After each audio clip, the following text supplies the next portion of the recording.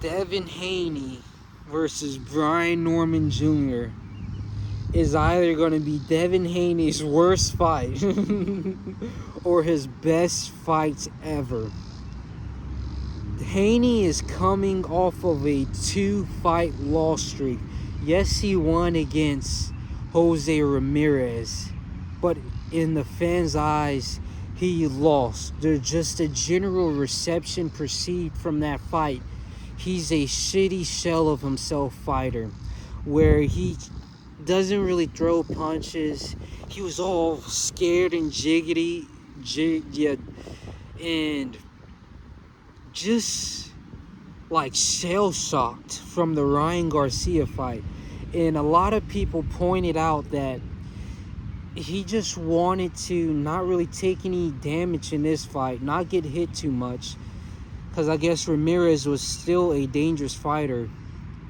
But he sort of wanted to just speed run his way to the Ryan Garcia fight.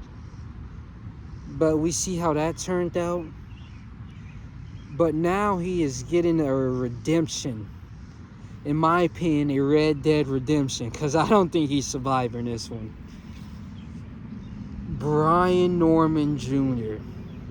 coming off a Jin Sasaki knockout. Brutal, devastating knockout. Gets an easy fight with shell-shocked Haney. Shell-shocked Haney. Now,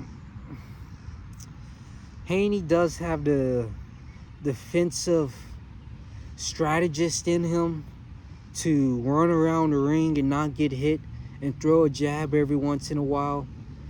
But Brian Norman's just showed that he is a dog. He is a beast coming after people. He wants bloodshed. So I don't see how Haney can just run around the ring for too long. And eventually he's going to get caught with that dangerous left hook, which it was a left hook that killed Sasaki in that ring.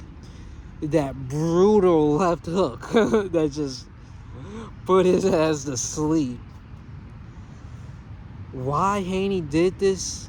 Because I honestly believe Haney is a great fighter. If you look at his resume, there is not one bad thing you can say about it. Everybody's like, oh, this fight was old on the ladder. It doesn't matter. Hey, Lomachenko that fought Haney would have beat Gervonta Tank Davis. I can't say Shakur Stevenson. Shakur had the height and then like the same technique of a Loma. Keyshawn Davis, Abdullah Mason, all of the top guys you are naming at 135, Loma would have absolutely destroyed. Same with everybody else. George Kambosos, he was champion at a time, and he wasn't a shell of himself when he fought. I can't say that. That's discrediting Richardson Hitchens. But he was still a beast to be reckoned with. Going into this fight, I believe Haney is determined to sort of redeem himself from that Ryan Garcia debacle, where he can show the world that, yes, he can defend against a left hook. Yes, he can defend against a power puncher.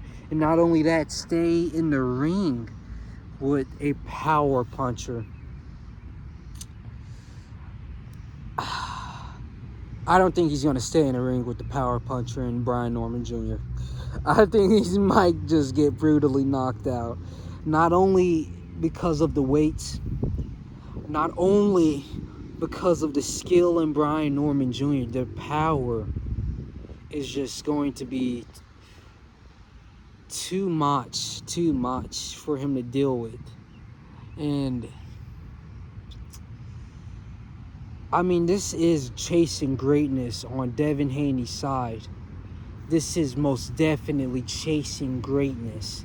And none of us is going to be discrediting him if he does get knocked out, because he just showed that he is a warrior.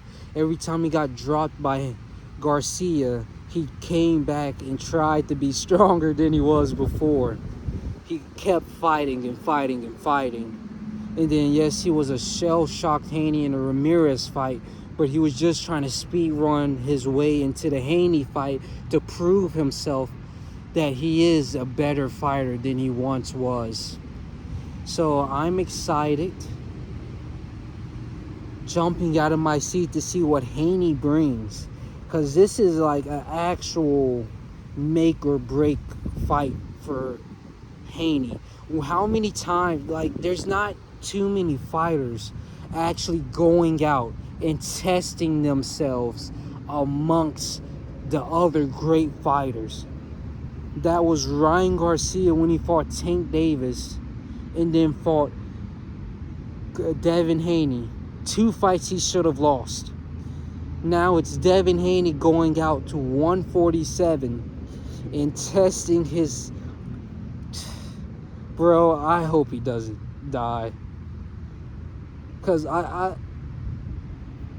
have a love for Haney just because how everybody kind of shitted on him. But he was the only one at 135 that was undisputed. The only one chasing world champions. The only one chasing all the title fights. The only one that went to 140 immediately into a title fight. I have a love for Devin Haney. And this makes me love him even more. Just because he's that warrior. Yes, he's pillow-fisted. Yes, he doesn't have the power that everybody wants him to have. But he is still he's still pound for pound, one of the greatest fighters of our time. Of this generation, Devin Haney is one of those top 10. Yes, he's top 10. I'm trying to look for other names, but no, he's top 10.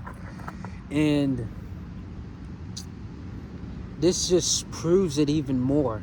Win or lose, which he has to win.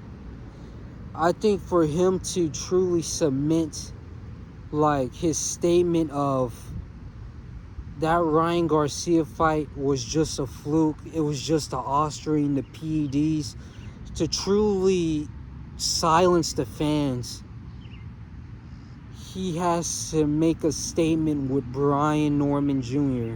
that he attended for Ryan Garcia. And I believe he can. In like the smallest chance.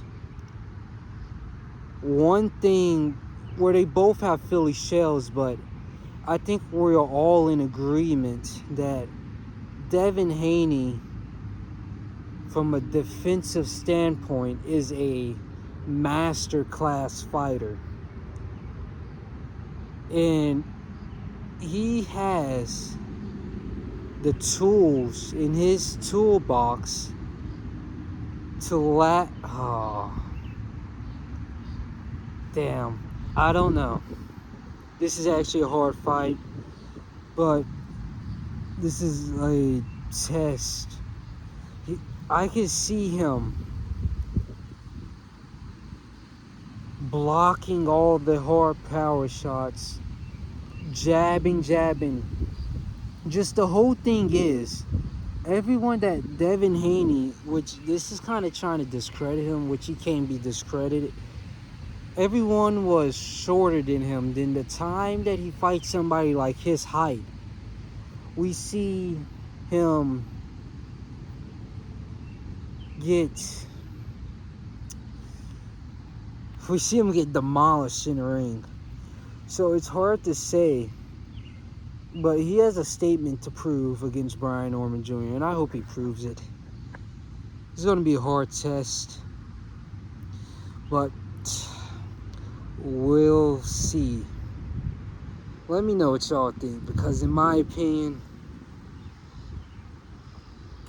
too much cards are stacked against Haney for this one.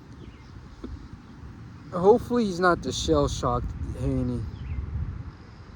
Hopefully his defensive skill blocks all the punches.